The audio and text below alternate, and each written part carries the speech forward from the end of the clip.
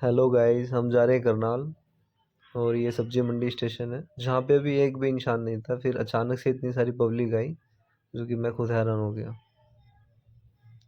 अब हम पहुँच चुके हैं करनाल स्टेशन और अब हम घर पहुँचकर फिर आपसे मिलते हैं।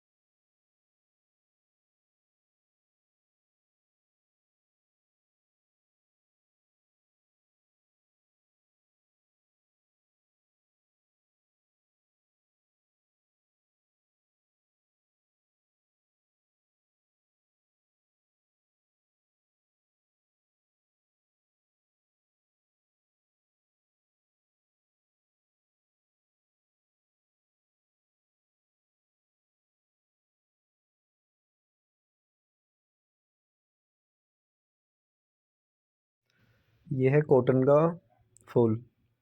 मैंने फ़र्स्ट टाइम ये कॉटन का फूल लिया और इसमें से देखा कि कॉटन कैसे निकलती है। आप अमेजिंग नहीं करोगे कि इस तरीके से कॉटन इतनी सारी निकलेगी। मैंने कभी सोचा नहीं था और लाइफ में पहली बार मैंने अपने हाथों से वो कॉटन निकाल कर देखी। और कहते हैं कि इसकी बहुत ही कम कीमत मिलती है लोगों को, काफ़ी सारा इकट्ठा करना पड़ता है। और अब भाई गांव आया तो चटनी तो खानी पड़ेगी। और ख़ास तौर पे मिर्चों की चटनी काफ़ी फेमस थी गांव के अंदर और काफ़ी दिल किया खाने का, काफ़ी तारीफ़ें सुनी थी। तो ख़ुद खेत जाकर हमने मिर्चियाँ तोड़ी, पुदीना तोड़ा, टमाटर लिए और घिए की सब्ज़ी भी खाने का मन किया तो घिया भी तोड़ने के लिए हमने देखा, लेकिन वो आज नहीं तोड़ा हमने क्योंकि आज हमें चटनी खानी थी। घिया हमने नेक्स्ट डे तोड़ेंगे। फ़िलहाल हमने मिर्ची तोड़ी। ये खेत मेरे फादर इन लॉ का है क्योंकि मेरा खुद का तो कोई गांव है नहीं। मैं फ़र्स्ट टाइम विलेज आया था और मैं बड़ा एक्साइटेड था कि मैं गांव घूमूंगा, उनके खेत देखूंगा।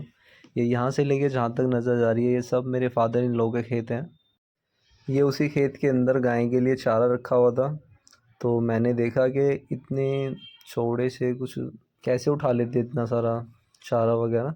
तो मैंने खुद ट्राई किया क्योंकि मुझे देखना था कि इसमें इतना गैप है फिर भी इसमें इतना बारीक बुरादा टाइप का ये कैसे उसमें रुक रहा है और कैसे उठाया जाता है। क्योंकि हम लोग अगर उठाएंगे तो वो नीचे निकल जाएगा, पर वो फिर भी उसके अंदर इतना। फिर हम लोग खेत गए, पुदीना तोड़ा हमने, चटनी के अंदर डालना था क्योंकि चटनी हरी मिर्चों की चटनी के अंदर पुदीने का भी टेस्ट मेरी वाइफ ने बताया कि अच्छा आता है, इसलिए हमने पुदीने के पत्ते तोड़े चटनी के स्वाद के लिए। और वैसे भी पुदीना तो अच्छा होता ही है हेल्थ के लिए, डाइजेशन के लिए भी। फिर हम लोग गए, हमने इन लोगों की भैंसें देखी। इन लोगों को ये भैंस गांव में शायद इन्हें मज्जी बोलते हैं, क्या बोलते हैं इन्हें? मज्जी। मज्जी बोलते हैं। और ये दोनों ही मतलब प्रेग्नेंट थी। तो ना ही हमें इनका दूध पीने को नसीब हुआ, ना ही हम घी खा पाए। वैसे था उनके घर पे स्टॉक में, लेकिन फिर भी मुझे फ्रेश कैसे बनता है, किस तरीके से निकालते हैं, दूध कैसे निकालना होता है। फिर हमने गाँव खेतों में जाने के लिए तैयारी की। ये ट्रॉली थी। इस ट्रॉली को देखकर मैं काफ़ी इम्प्रेस हुआ, जिस तरीके का ये जुगाड़ था, एक बाइक के अंदर इसको फिट किया हुआ था। एक शख्स बाइक चलाए और पीछे बहुत सारा सामान भी रख सकते हैं। इसके अंदर भैंसों के लिए चारा लाया जाता है। और काफ़ी एंजॉय भी किया था। और काफ़ी मज़ा आया हमें क्योंकि इसमें फ़र्स्ट टाइम मैं बैठा, क्योंकि चीज़ ही कुछ ऐसी थी। अब हम लोग आ गए खेत में।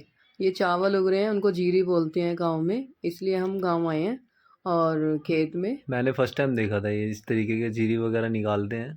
तो चावल कैसे उगते हैं, कैसे कितनी मेहनत होती है। कहते हैं ना कि एक एक चावल और एक एक दाने की कीमत क्या होती है, मुझे यहाँ पर अगर मालूम हुआ कि हम लोग दिल्ली में रहते हैं, शहरों में रहते हैं, शहरों वाले क्या करते हैं कि थोड़े बहुत चावल बचते हैं तो उसे वेस्ट में डस्टबिन में डाल देते हैं या फेंक देते हैं। लेकिन यहाँ आके मालूम हुआ कि कितनी मेहनत से एक एक चावल का दाना निकाला जाता है, कितनी शिद्दत से उगाओ, फिर उसे काटो, फिर सूखने के लिए रखो, फिर उसे इकट्ठा करो, मतलब फिर एक एक दाने को निकालो। फिर वो दाना इस तरीके से निकलता है जैसे गेहूं की तरह, ब्राउन कलर का, उसके ऊपर एक कवर चढ़ा होता है ब्राउन ब्राउन, ऐसा लगेगा दूर से देखने पर, आपको शायद दिख भी रहा होगा कि जैसे कोई गेहूं निकाल रहे हैं, पर ये गेहूं नहीं है, ये सारे चावल हैं जिसको जीरी बोलते हैं। तो मेरे से मैंने खुद सोचा कि मैं निकालूंगा, और इन लोगों ने भी सोचा कि शायद ये एक दो बार ही निकाल के साइड हो जाएगा, थक जाएगा, लेकिन यार दिल्ली के हैं तो उसका मतलब ये थोड़ी है कि इतने कमज़ोर हैं कि हम नहीं निकाल पाएंगे। ये लोग थक गए थे, पर मैं नहीं थका। मैंने अपनी पूरी हिम्मत दिखाई और डटा रहा। मैंने भी सोचा कि इतनी जल्दी तो यार इंसल्ट होनी नहीं चाहिए, खाना तो हम भी खाते हैं, कोई नहीं आप देसी खाते हो, हम बाहर का खाते हैं। लेकिन फिर भी अपनी पूरी ताकत के साथ मैंने निकाला, लेकिन मेरे को काफ़ी खुशी हुई, काफ़ी इन्जॉय किया, इन लोगों का पूरा साथ दिया। इन लोगों ने मेरे से काफ़ी, मेरे को सोचा कि पीछे हट जाएगा, और काफ़ी देर तक हमारी बहसबाजी चलती रही, पर ये लोगों से मैं पीछे नहीं हटा और मैंने काफ़ी मेहनत की इसमें।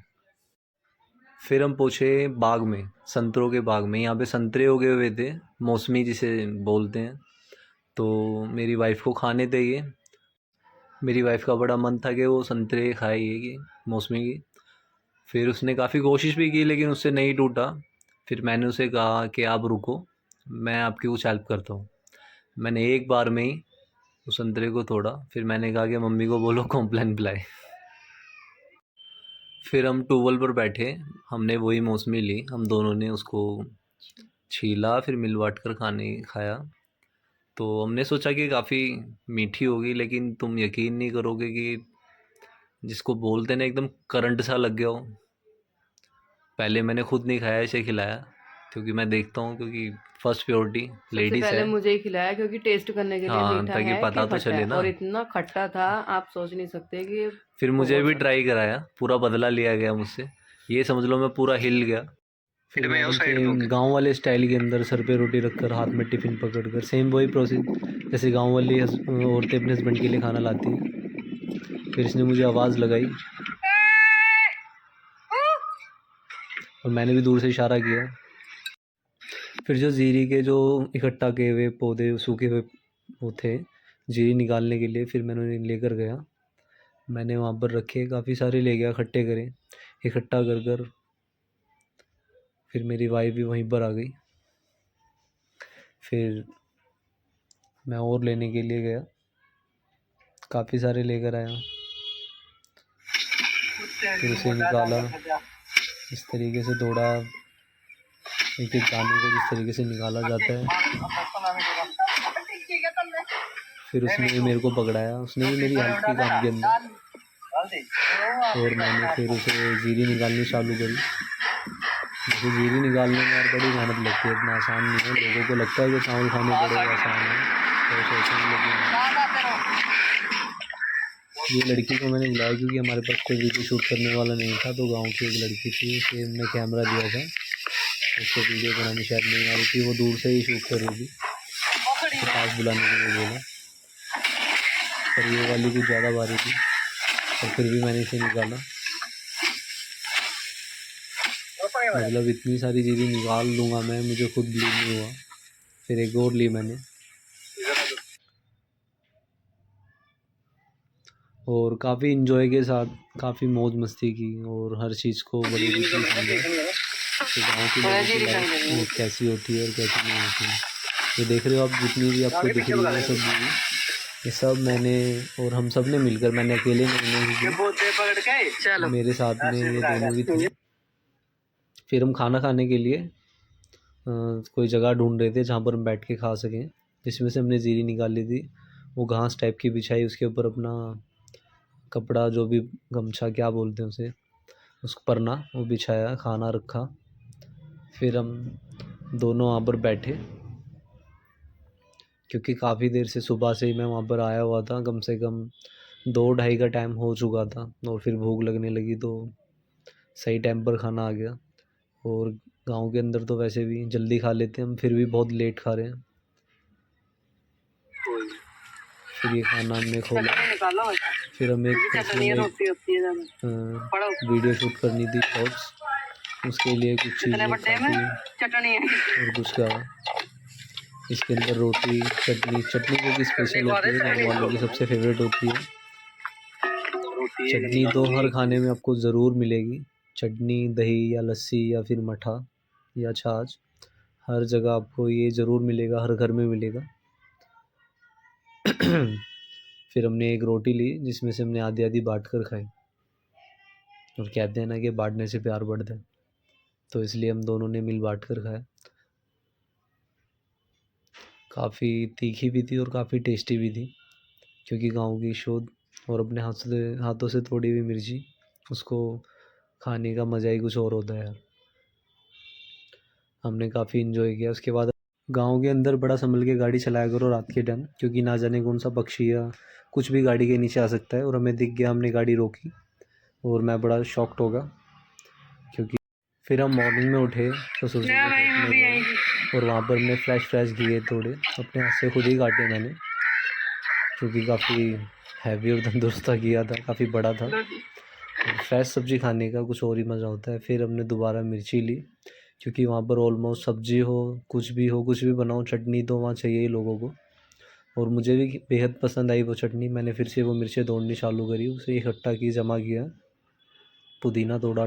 फिर हमने घर जाकर घिये की सब्ज़ी बनाई खुद ही, चूल्हे पे किस तरीके से बनाई जाती है, उपलों का भी कैसे यूज़ होता है, कैसे जलाए जाते हैं, मतलब बड़ा ही मज़ा आया, बहुत ही इंजॉय किया और काफ़ी अच्छा लगा।